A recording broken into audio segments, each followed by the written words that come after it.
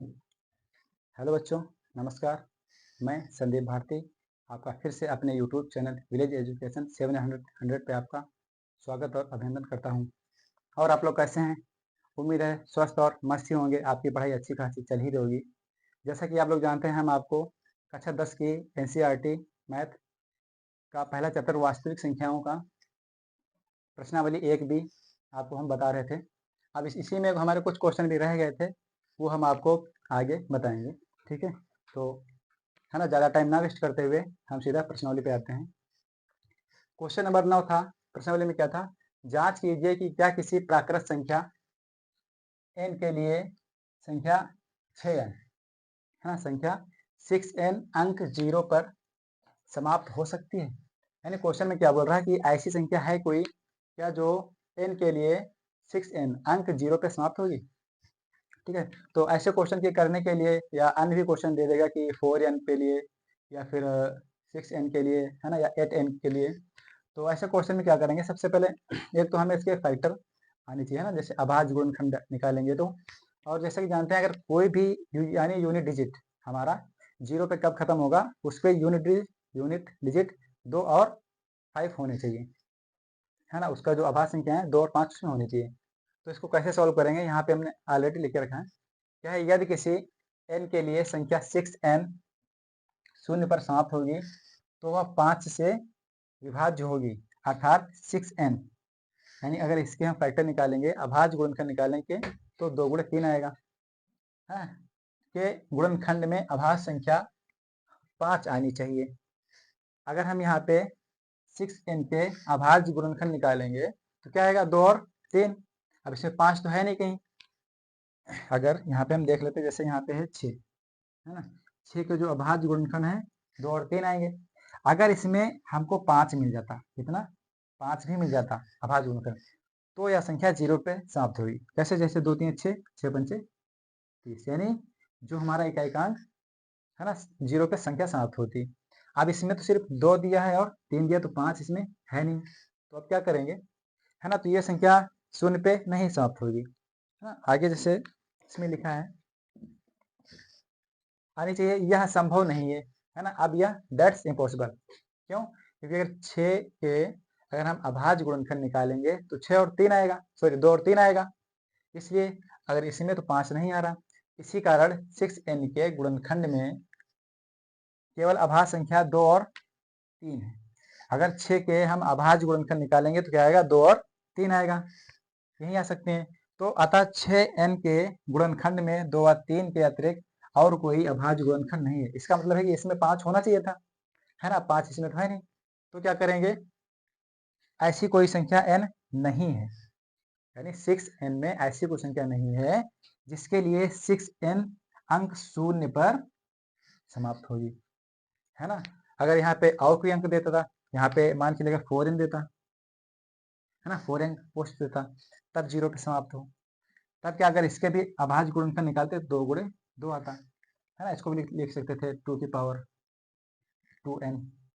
तो इसमें यानी 5 नहीं आएगा ना, तो इसलिए यह भी ऐसे और भी संख्या प्रूव कर सकते हैं, है ना। तो ऐसे क्वेश्चन में लिखने के लिए बस ये कोटेशन आप थोड़ा याद रखिएगा। बाकी यहाँ पे जो संख्या दे रहेगी उसके अभाज्य गुणनखंड निकालिएगा।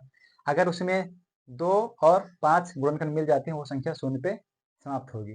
ठीक है, अगर नहीं मिलते हैं तो वह संख्या 0 पे समाप्त नहीं होगी। ठीक है, तो इस प्रकार से हम देखेंगे नेक्स्ट क्वेश्चन। हाँ तो बच्चों, नेक्स्ट क्वेश्चन हमारे सामने है ना। क्वेश्चन में क्या कह रहा है, क्वेश्चन में कह रहा है कि व्याख्या कीजिए कि 7 गुणे 13 गुणे 13 प्लस 13, है ना, 7 गुणे 13 गुणे 13 प्लस 13, और 7 गुणे 6 गुणे 5 गुणे 4 गुणे 3 गुणे 2 गुणे 1 प्लस 5 भाज्य संख्याएं हैं, क्यों हैं। मतलब इसमें क्वेश्चन में पहले से ही दे दिया है कि ये संख्या भाज्य है, और जबकि हम यहाँ पे देख पा रहे हैं जितनी भी संख्या लिखी है सब हमारे प्राइम नंबर्स हैं, है ना, क्या है, आभाज्य संख्या है। 7 भी आभाज्य संख्या है, 11 भी है, 13 भी है, और ये भी 13 है। इधर भी हमारी 7 6 तो नहीं है, लेकिन बाकी हमारी जितनी भी संख्याएं हैं 4 को छोड़ के आभाज्य संख्याएं, और कहा ये भाज्य हैं। अब क्यों है इसका हमको रीजन बताना है। ठीक है, तो हम यहाँ पे इसको सॉल्व करेंगे।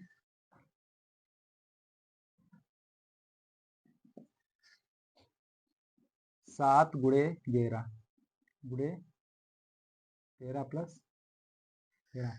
अब यहाँ पे हम देख पा रहे हैं ये हमारे जितने भी संख्याएं सब हमारी मल्टीपल में है और ये प्लस का 13 है। ठीक है, तो यहाँ पे एक तो टर्म हमारा ये हो गया और दूसरा ये एक अलग हो गया, दो टर्म हो गए। अब क्या करेंगे, इसमें हम कॉमन निकालेंगे, यानी कॉमन हमारी इसमें संख्या क्या है, यानी इसमें देखेंगे इसमें भी 13 और इसमें भी 13 है, तो यहाँ से कॉमन निकालेंगे 13। अब कॉमन जब निकालेंगे तो यहाँ क्या बचेगा 7, है ना, 7 इंटू 11।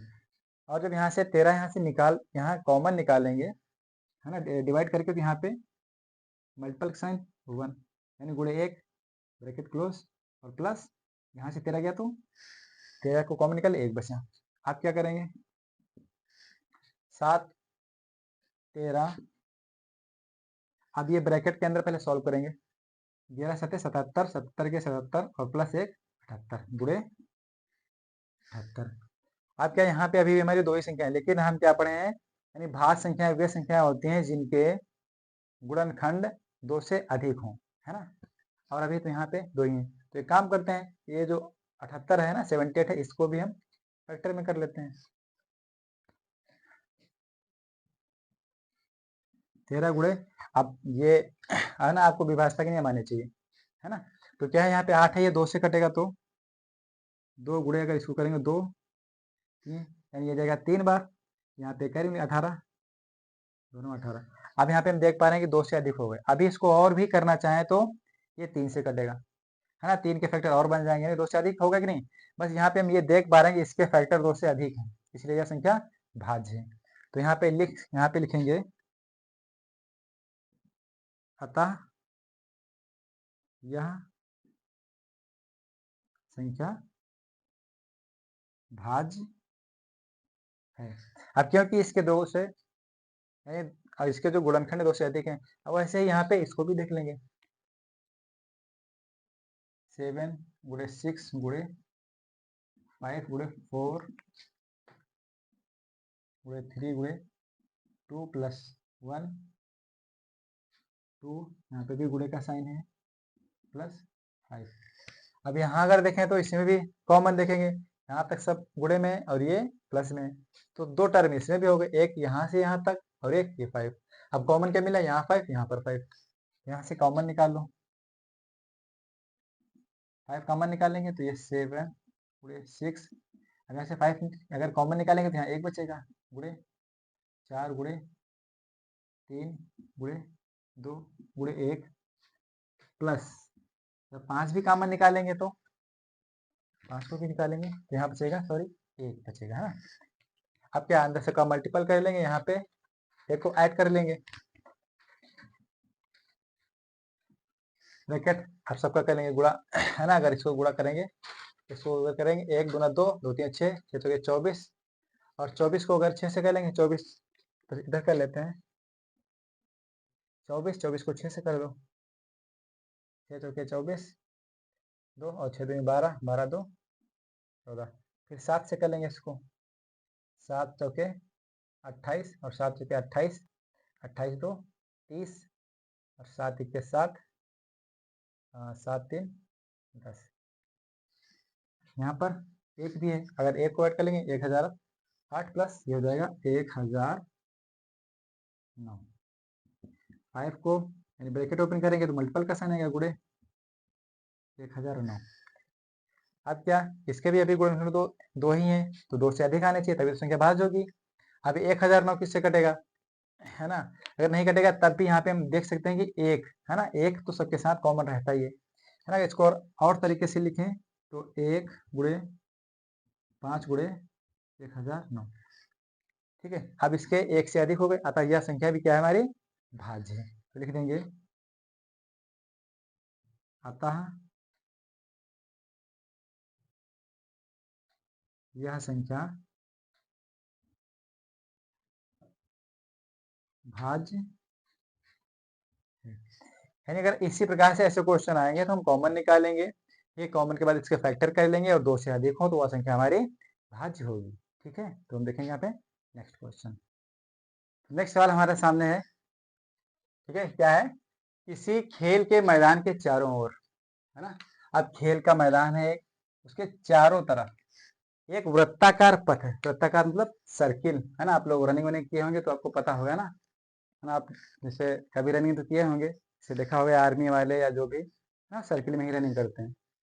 ठीक है, मैदान का एक चक्कर लगाने में सोनिया को 18 मिनट, एक लड़के उसको लगते हैं 18 मिनट, जबकि इसी मैदान का रवि को चक्कर लगाने में 12 मिनट लगते हैं और सोनिया को 18 मिनट लगते हैं। मान लीजिए वे दोनों एक साथ, यहाँ पे एक वर्ड भैया पकड़िएगा, क्या है, एक साथ, एक साथ, ठीक है, और एक ही समय पर, एक साथ और एक ही समय पर चलना प्रारंभ करते हैं और एक ही दिशा में चलते हैं, कितने समय बाद पुनः प्रारंभिक स्थान पर मिलेंगे। ऐसे क्वेश्चन में अगर पूछ दे एक साथ, साथ साथ, है ना, या कम से कम या न्यूनतम, तो ऐसी संख्याओं को, है ना, क्या निकालेंगे, उसका हम लासा निकालते हैं। ठीक है, अब इसमें एक वृत्ताकार पथ है ना, जैसे जो रनिंग करते हैं देखा होगा, वृत्ताकार पथ कुछ इस टाइप का रहता है रनिंग वाला, है ना। आपको हम बताते हैं थोड़ा, है ना, ये जैसे इस टाइप में रहता है और ये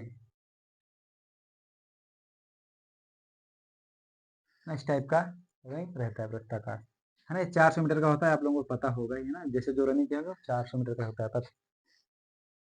अब इसमें मान लीजिए यहाँ से सोनिया भी यहीं से चलती है, सोनिया और रवि दोनों यहीं से चलना प्रारंभ करेंगे। अब इसी का एक चक्कर जो लगाती है सोनिया, लगाती है 18 मिनट में, कितने,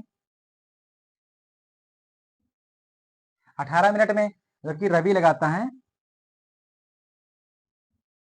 12 मिनट में, है ना। लड़के तो थोड़ा स्लो दौड़ती है ना, लड़का तो फास्ट चक्कर लगा के आ जाएगा। लेकिन अब यहीं से ये दोनों चलना प्रारंभ करेंगे, थोड़ी दूर आएंगे तो आगे पीछे हो जाएंगे, क्यों, क्योंकि रवि की चाल तेज है तो फटाक से यानी रनिंग करते हुए आगे आ जाएगा, सुनिए थोड़ा पीछे। लेकिन यही क्रम चलता रहे चलता रहे चलता रहे, एक टाइम ऐसा आएगा फिर से दोनों एक साथ मिलेंगे, है ना, क्योंकि ये वृत्ताकार पथ है।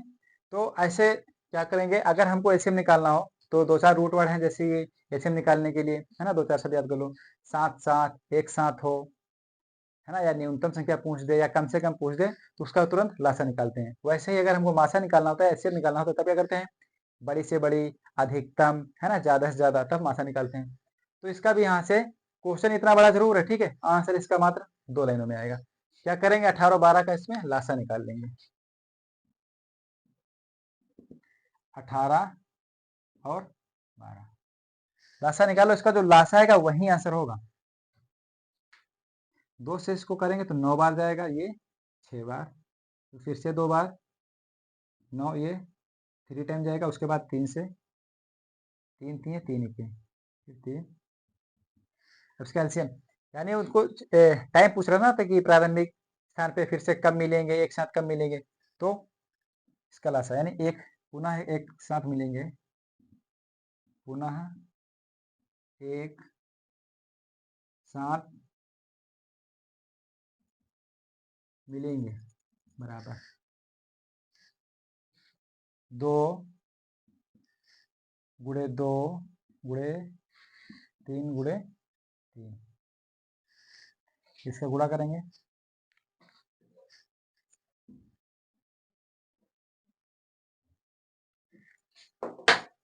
2 दूना 4 थे, 12 थे, 36 मिनट, यानी ये 36 मिनट बाद फिर से एक साथ दोनों मिलेंगे, रनिंग करते हुए आएंगे तो फिर से एक साथ मिलेंगे। ठीक है, तो ऐसे क्वेश्चन आए आराम से, अगर एक साथ पूछते साथ साथ दे दे तो हम इसका लासा निकाल दें। ठीक है,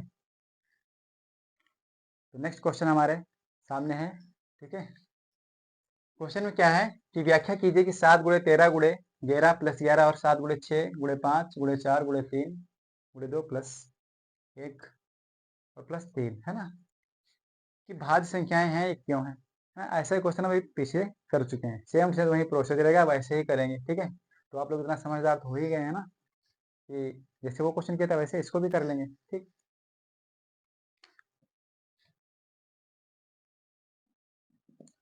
आप लोग इतने प्यारे प्यारे बच्चे हैं, है ना।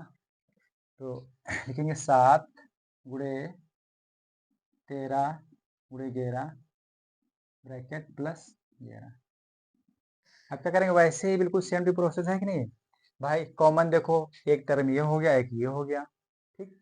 अब इसमें कॉमन देख रहे हैं, है ना, उभयनिष्ठ हमारे इसमें 11 है, 11, तो 11 को कॉमन निकाल लो, तो 7 गुणे 13, कॉमन निकल गया तो एक बचा, और प्लस ये भी एक बचा, 11 ब्रैकेट। अब क्या अंदर का मल्टीपल कर लो, 13 सत्ते 91, 91 का 91 और 92, है ना, कितना 13 सत्ते 91 और 1 92, 11 गुणे 92। अब कह रहा भाज्य क्यों है, जाहिर सी बात है, अगर भाज्य तभी होगी जब संख्याएं उसके गुणनखंड 2 से अधिक होंगे,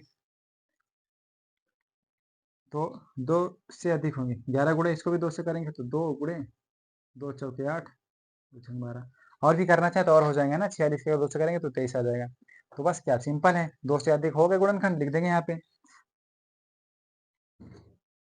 अतः यह संख्या भाज्य है। ऐसे इसको भी सॉल्व कर लेंगे,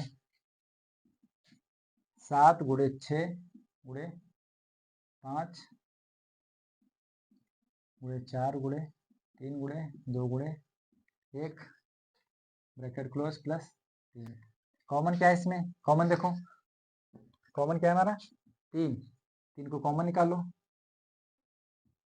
7 गुणे 6 गुणे 5 गुणे 4, 3 को कॉमन निकाल लिया तो 1 बचा, 2 गुणे 1 प्लस 1, 3 तो कॉमन ही निकल गया, 3 ब्रैकेट क्लोज।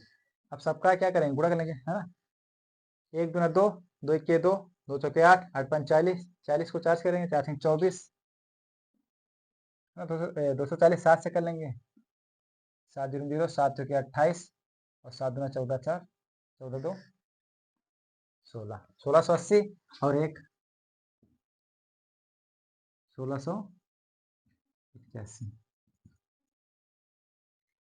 3 गुणे 1681। अब 1681 की अगर हम फैक्टर निकालेंगे, है ना, 1681 किससे घटेगा, 2 से तो कटेगा नहीं, 3 से, 3 7 8 8 8 16 नहीं जाएगा। लेकिन अब ये अगर देखें 1681 है हमारा 41 का वर्ग, है ना, तो 41 को 41 हो सकता है। अगर इतना ना ही कर पाएंगे तो कोई दिक्कत नहीं, एक अपनी तरफ से इसमें लिख दो, 1 गुणे 3 गुणे 1681, है ना। वैसे भी कर सकते हैं, अगर नहीं पता है तो वैसे भी कर देंगे। तो देखो 3 से अधिक फैक्टर हो गए तो लिख देंगे, अतः यह संख्या भाज्य है। इस प्रकार से हम ऐसे क्वेश्चन हो तो सॉल्व कर लेंगे, है ना। तो अब हम नेक्स्ट डे देखेंगे, नेक्स्ट प्रश्नावली, है ना। वीडियो को इतनी देर देखने के लिए थैंक यू, है ना, और वीडियो को लाइक और सब्सक्राइब करें। Thank you very much.